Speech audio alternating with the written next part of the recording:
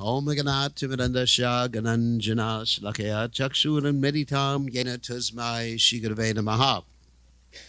So today we've been studying what's called the ISKCON Disciple Course, and one of the main reasons for studying the ISKCON Disciple Course and understanding what it means to be a disciple in ISKCON is to understand the importance of Srila Prabhupada's position and how to maintain Srila Prabhupada's teaching and example in the center of everyone's consciousness within the International Society for Krishna Consciousness. And the reason for that is because Srila Prabhupada is a very special devotee. Srila Prabhupada's history was that he was sent down directly by Krishna into the material world to do something which no acharya had ever done before, which is bringing Krishna consciousness into the world of people who didn't know anything about Krishna consciousness, the Western world. And that's spoken about in Srila Prabhupada's Pranam Mantra, Namaste Saraswati Devi Gauravani Pacharni Nirvashesha Shunyavadi Paschatya Dejatarni. You've come to teach in the Western world. So he has really shown the position of being a Jagat Guru. Now that word Jagat Guru, many people call themselves Jagat Gurus, but they're not Jagat Gurus. They're just Kula Gurus, village Gurus. But a Jagat Guru is one who spreads Krishna consciousness all over, in fact, the universe. So Srila Prabhupada's position, he's called a Shaktavesh avatar. Avatar means to descend. Shaktavesh means given the power by the Supreme Personality of Godhead to carry out a specific mission. And there have been other Shaktavesh avatars. Lord Buddha was a Shaktavesh avatar. Prithu Maharaj is a Shakta avatar, Shaktavesh avatar. And Srila Prabhupada is a Shaktavesh avatar, but his mission is just beginning. Prabhupada mentioned this. His mission is actually, as the Bhagavatam states, to create a revolution, a spiritual revolution in the misdirected lives of a very impious civilization in Kali Yuga. If you haven't discovered it yet, we are in Kali Yuga. Kali Yuga means Manda Samanda Mateo Manda Bhagyo Patra. People are unfortunate, short-lived, and the last principle of religiosity, which is truthfulness, is almost gone now. Just read the news. The other principles, cleanliness, mercifulness, austerity, they are gone. But truthfulness, the one leg upon which the bull of religion is standing, is gone. So therefore, it is essential because of Srila Prabhupada's mission. He has been sent here for the purpose of reforming society to maintain his presence in people's lives. And so we're going to speak about that today. This presentation is called The Four Generations. Now, what we mean by generations is not to generate something, but you have father, then you have son, and then you have grandson and great-grandson. Those are like four generations. So there's also four generations of spiritual leaders. There's Prabhupada, his disciples, disciples of his disciples, and disciples of his disciples. And you can go on forever and ever. But this is a study of four generations coming from Prabhupada and the challenges that we have simply because of something called the time factor, and also because people have imperfections. They make mistakes. They cheat, they have imperfect senses. This is mentioned in the Vedas. So as time goes on, time takes away everything. As it's said in the Bhagavatam, Kalena Sarvatra Gabira Ranghasa. Time is very deep. And Krishna in the Bhagavad Gita says, Kalo Asmi, I am time. And what Krishna does is the time factor in the universal form. He destroys everything. He envelops or absorbs everything.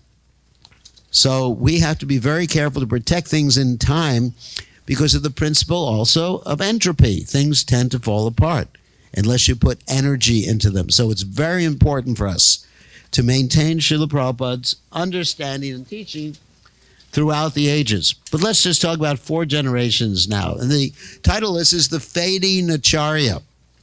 And you see this practically in every religion in the world. You have one great personality. Things change the next generation, and by the time you get to the 10th generation, you cannot even recognize the original teachings of the person who came down. Every religion in the world is bona fide. We are not sectarian in the Krishna consciousness movement. We are not saying we're the only ones. However, things have changed, and we don't want things to change in our teachings either. We want to maintain that integrity. So this is called the fading acharya, the dangers of the 4 generations. And it's not just 4 generations, just dealing with 4 generations today. So we have 4 generations. That's Prabhupada, first generation. Then after that, his disciples. I'm in the picture. So then disciples of his disciples. I'm not going to tell you where. I used to be young.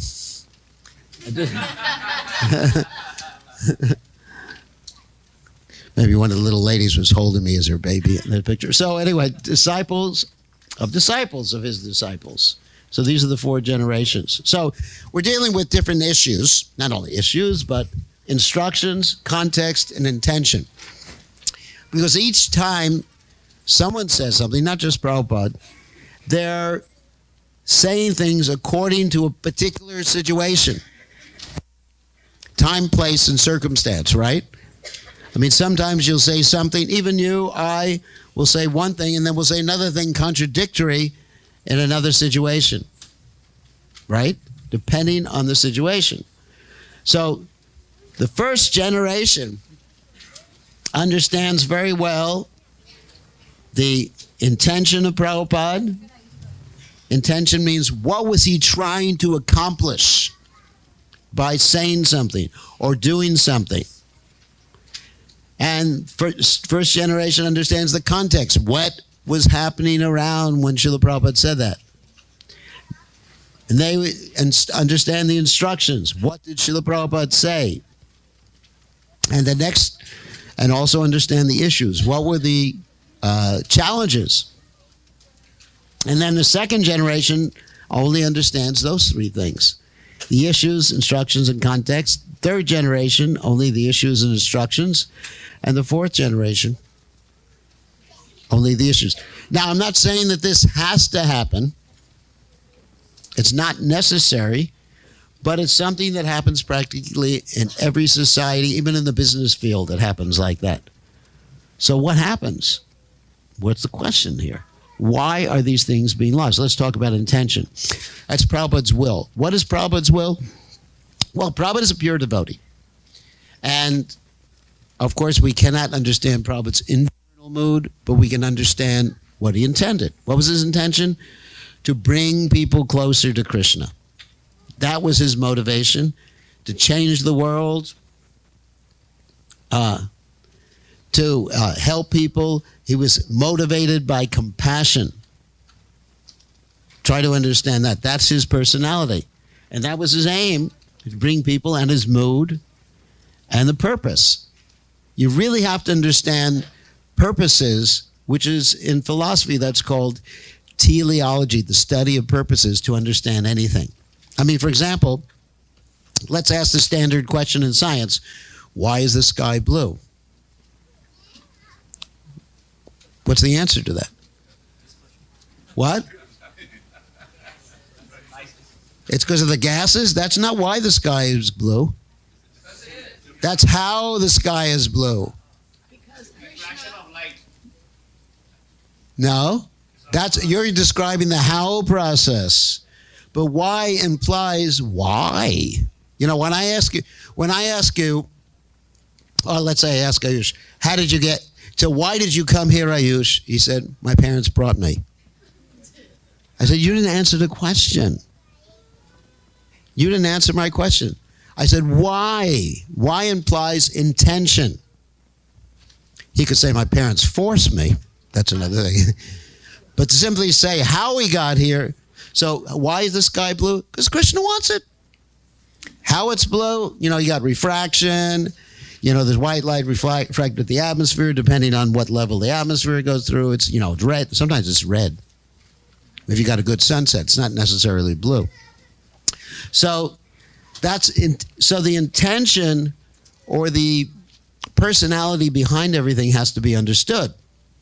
So this is a very important question. Otherwise, you don't understand anything. You just see the parts or the trees, but not the forest. So the context obviously means, where was Prabhupada? What time was it? Who was he talking to? The place he was at? That means the people he was, that's a fancy word, interlocutors, which means who is he with or talking to at the same time? Because sometimes you'll find contradictory instructions. Like one time Prabhupada said to a sannyasi, your business is to travel and preach, never remain in the same place for very long. And then to another sannyasi, Prabhupada said, your business is only to stay in one place. So, here's contradictory sannyasi instructions, right? Depending on the circumstance. So there's all sorts of instructions like that Prabhupada gave, circumstances again. So different followers have different instructions. I mean, I was given some very interesting instructions by Prabhupada, but some of them were time, place, and manner instructions. One instruction was to make sure that Prabhupada had, everyone in South America had all of his books. Guess where I am now? Am I in South America? I'm somewhere else. So what happened? Am I disobeying Prabhupada's instruction? No, because that's the intention and context. I was helping develop the preaching mission in South America, myself and working with Sri Dayananda Maharaj, and we opened up a whole continent to Krishna consciousness. So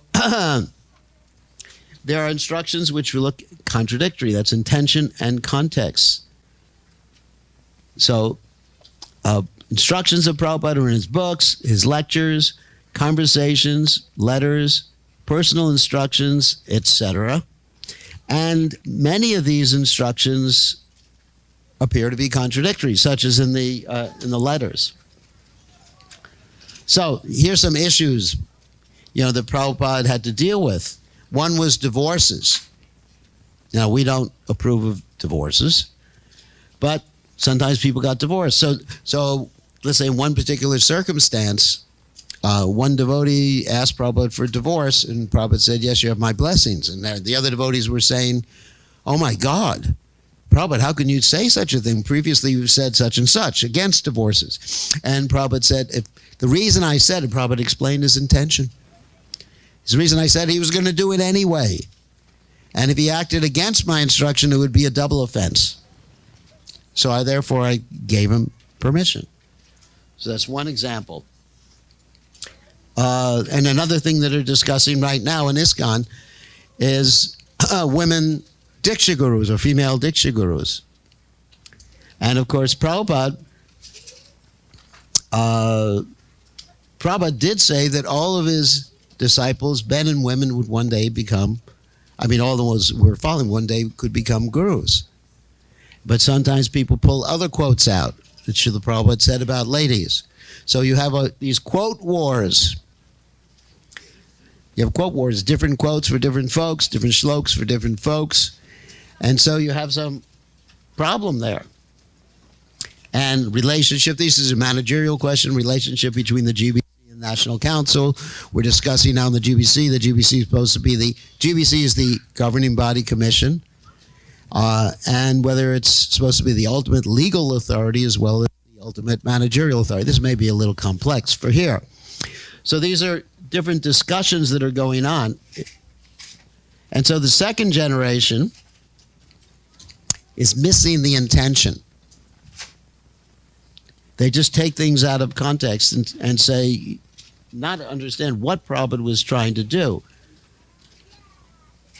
And so it has to be reconstructed. And I'm going to give a solution for this whole thing. It has to be reconstructed by understanding the context. And there's arguments as a result of that. And sometimes things are being stifled. For example, the GBC is discussing right now whether there should be female Diksha Gurus. And It gets stifled means put on hold. That's what it means. For 20 years until we all pass away. So, and so the third generation, there's a solution to these problems. I'm going to tell you the solution after we're finished. You're missing the context and the intention, which also should be reconstructed by memories and association with direct disciples. But remember, by this time, many of the direct disciples have gone back to home, back to Godhead. And the fourth generation, missing the instructions, context, and intention, which have to be revived by a system of education. Now, here's the interesting thing. The real challenge is here. We had this big meeting between all the devotees called the ISKCON Leadership Sangha, not just GBC leaders. And we met and we took some polls. We had approximately 750 devotees in the audience. Only 259 completed a survey. That's normal. That's not bad. You know, you're lucky if you get 35% to complete a survey. That is very normal. The average years that the people who responded in ISKCON was 19 years. That means very mature. I don't know. I guess I'm more mature, 50 years. Anyways.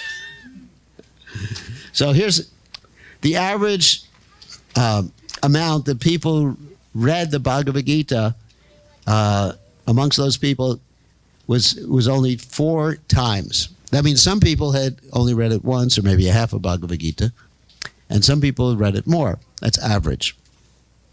Just gives you an idea. Over 130 devotees had only read it 1 or 2 times in their life. And Srimad Bhagavatam, the average amount of times that devotees had read the first canto of Srimad Bhagavatam was 1.96 times, second canto 1.59, 12th canto 1.05. That means some devotees had never read it. Chaitanya Charitamrita, average amount of times 0.92 times. This is after 19 years. Nectar of Devotion 1.8 times.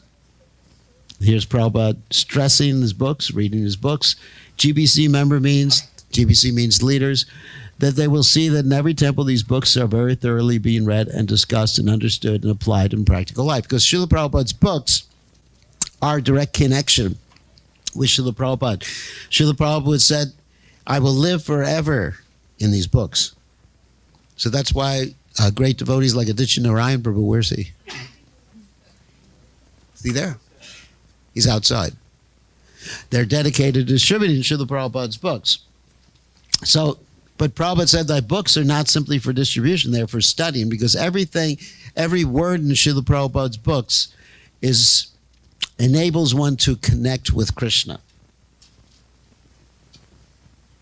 Prabhupada said, our first job is to make sure that every one of the devotees in our zone is management is reading regularly our literatures and discussing the subject matter seriously from different angles of seeing.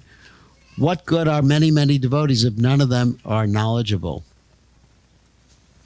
That's Maswara Prabhu, who is presenting Prabhupada with a new book. Prabhupada said, if you want to stay in Krishna consciousness, you have to develop firm faith in Guru and Shastra. Therefore, you must study my books very scrutinizingly, follow the 4 regulated principles very strictly, and chant 16 rounds daily, avoiding the 10 offenses. Don't take this movement as something cheap. You must all study very scrutinizingly all the books, so that when the need arises, you can repeat in your own words their purport. And of course, this is the famous example of boiling the milk. At one point in the movement, and I was there, when Prabhupada said, don't try to bring so many new people into Krishna consciousness, to boil the milk. In other words, get everybody studying Srila Prabhupada's books, get everybody strict in their sadhana so they can become very refined in their Krishna consciousness. This is Prabhupada's statement. I want that we shall concentrate on making our devotees Krishna conscious and ourselves becoming Krishna conscious, and not be so much concerned with expanding ourselves widely, but without any spiritual content. Just like boiling the milk, it becomes thicker and sweeter. Now do like that, boil the milk. So here's the chart again from the other generations. So the solution to this quandary is studying Prabhupada's books, which Prabhupada said are the law books for human society, and also study books about Srila Prabhupada. Because if you want to understand Prabhupada's intention, we have published, or devotees have published, so many books that are biographical or memories of Srila Prabhupada, and they can help one understand Srila Prabhupada. Now, we're very unique in the Krishna consciousness movement because never in the annals of history before have there been so much direct information, first-hand information about the founder, about the person who came down from the spiritual world. So we should take advantage of that. And if you take advantage of that, connect with Srila Prabhupada, you will actually be connected to the disciplic succession. You'll have the spiritual potency to be Krishna conscious. And that is the purpose of this whole disciple course, to make sure that people accept spiritual masters and connect with His divine grace, Srila Prabhupada, and be part of Srila Prabhupada's mission. So, want to keep that short since we've been speaking all day long. So, anyone have any questions about this? Yes. Yeah, I find that when I read Prabhupada's books, it's like, I don't know, I find it amazing. It's like Krishna's just talking. Yes. Very good. Thank you, Sukardinam. Yes, when you read Prabhupada's books, Prabhupada commented that Krishna is dictating through him and coming and having him write these words or speak these words that appear in his books. Other questions? Hare Krishna Maharaj. Haribol. Thank you for facilitating this course. It's so wonderful. My question is regarding the slide that you showed that Prabhupada said boiling the milk. Yeah. Right? So how can we understand where the context is missing? Because we are... Okay. You got it. Yes. Thank you for the question. Yeah, what happened, this was a very interesting time in the Krishna conscious movement. Devotees got it very much into the number game. This is mainly in the Western world. There was even, just like you have the Sankirtan newsletter, where you get a certain amount of points for distributing books, which is good. Prabhupada loved that.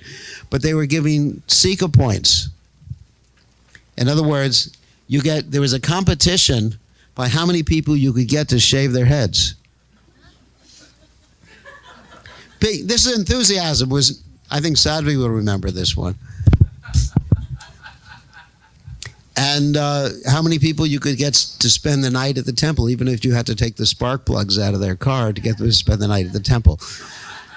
So there was too much concern with that, and the devotees were neglecting their own personal sadhana. Sadhana, of course, means waking up early and chanting, and whenever possible, and chanting your rounds and reading Srila Prabhupada's books and cultivating a mood of devotion and offering your food to Krishna, being careful what you eat. I mean, these are all part and parcel of becoming Krishna conscious. Remember, at that time, we were dealing mainly with brahmacharis and brahmacharinis in the movement. So Prabhupada was very concerned with that neglect of the Krishna conscious, of actual Krishna consciousness. And I mean, I'll give you a practical example. When I was a young brahmachari, one of the first things I did was travel with a sannyasi, who's remained nameless, to protect the innocent. And so we thought, let's just preach enthusiastically. It doesn't matter. We don't need sadhana anymore. We don't, we need to chant, obviously chant. He didn't let me have time to chant. That's another story. But we don't need to so much. We just need to preach Krishna consciousness and bring people to Krishna consciousness. So our whole idea of eating prasadam was to go into the supermarket, get a grocery bag full of different things, and put it to our head and chant Hare Krishna and dig in, and buy all sorts of things, regardless of who prepared it, because whoever prepares food, it affects the consciousness. So we noticed after 2-3 days our consciousness was going down, and then we started to prepare our own food. In fact, I was cooking food in the back of a van as the van was moving using a gasoline stove. But anyway, that's another interesting story. So in other words, there was some neglect. We experienced that there was some neglect of the sadhana, the practice, because one of the most important aspects of Krishna consciousness is to practice being Krishna conscious. Now, you may say, why do I have to practice if it's natural?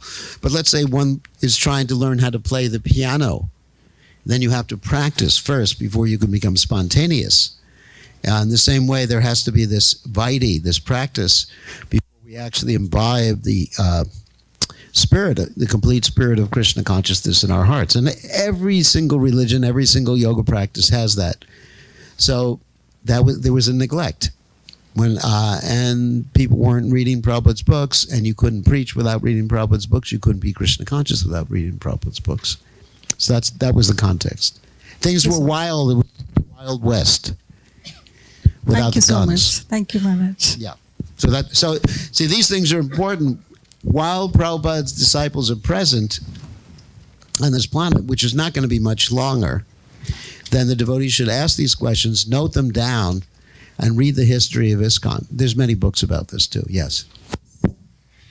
Hare Krishna Maharaj, thank you so much for the lecture. So my question is, somehow we are missing reading the books this generation, and that goes to the last in the to-do list. We have services, we have chanting and other things to do. So it's not regular often, and I see that when I miss reading regularly, it affects everything else. So could you help? How could I fix that as a daily routine?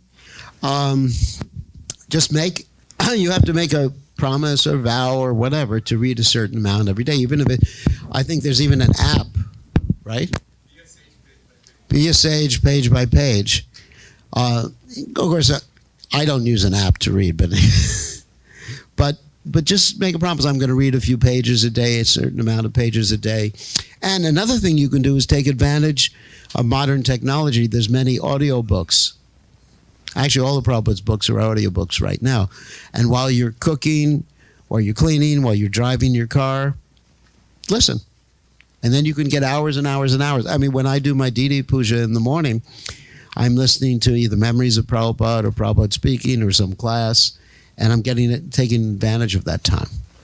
So take advantage of the time here, because without hearing and chanting, then we lose our connection with Krishna. Then we won't be able to serve with devotion. It's a very, very important principle. And practically to keep sight of the context and intention, then you have to reading Prabhupada's biographies is important. So, any other questions or comments? Yes, you. So Maharaj, if somebody is planning to get initiated, so is it mandatory to leave onion, garlic and caffeine products, or is it okay if sometimes it's That's a good question. Onion and garlic, first of all, it's mandatory to offer your food to Krishna, to eat prasadam. And Krishna somehow or other doesn't eat garlic and onions for various reasons. And garlic and onions bring down one's consciousness because each and every type of food is associated with different modes of nature. There's food in the mode of goodness, passion, and ignorance. Garlic can be accepted as a medicine, but not as a spice. I mean, yes, to answer your question, yes. Yeah, go ahead. Is this mentioned somewhere in the scriptures that it's like Krishna doesn't like onion? Actually, in the Manu Samhita, that's mentioned about onions and garlic. Many of the Puranas too, there's stories about onions and garlic. And basically, it is also common sense. If anyone has eaten garlic, they probably know what I'm talking about. What's that?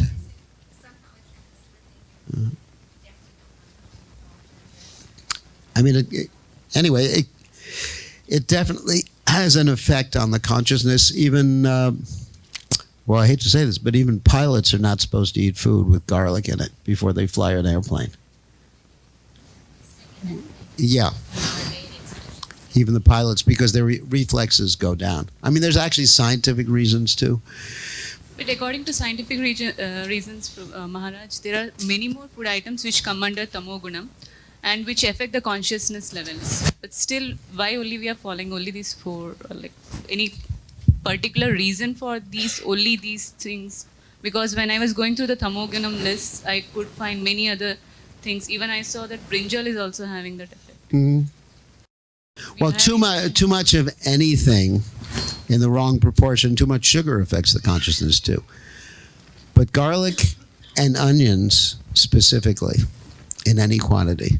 I mean, we can get into later on a whole scientific discussion of this, but that's the Vaishnava tradition. I mean, if you go to any of the really strict Vaishnava temples in India, there's no garlic or onions. Like if you go to Tirupati or other temples like that, there's no garlic or onions. It's a standard traditional understanding. And moreover, it is because it reduces the life force in you. Yes, I mean, there's Ayurvedic reasons too. And any of these things have a medicinal use. We're not saying they're bad. Everything has a medicinal use. Krishna has put it for some specific purpose. I mean, I specifically recommended a particular devotee take garlic a few years ago when she had an infection and the doctors couldn't cure the infection. They wanted to take away her arm. Wanted to cut her arm off because it was MRSA. You know what MRSA is? That means an infection that's antibiotic resistant. And they couldn't find an antibiotic. So she ate garlic like an apple. Not something I would suggest for taste. And the infection went away in 3 days. So it's very powerful antibiotic and antiviral. But everything has a use. Krishna has put it there for specific use. Okay, thank you. Thank you, ma'am. Okay, I think we should end now because we've been going the whole day. And I just came back from Europe at 2:00 in the morning, so.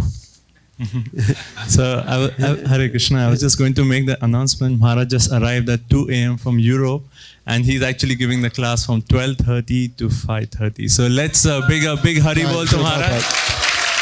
Srila Prabhupada Ki Jai.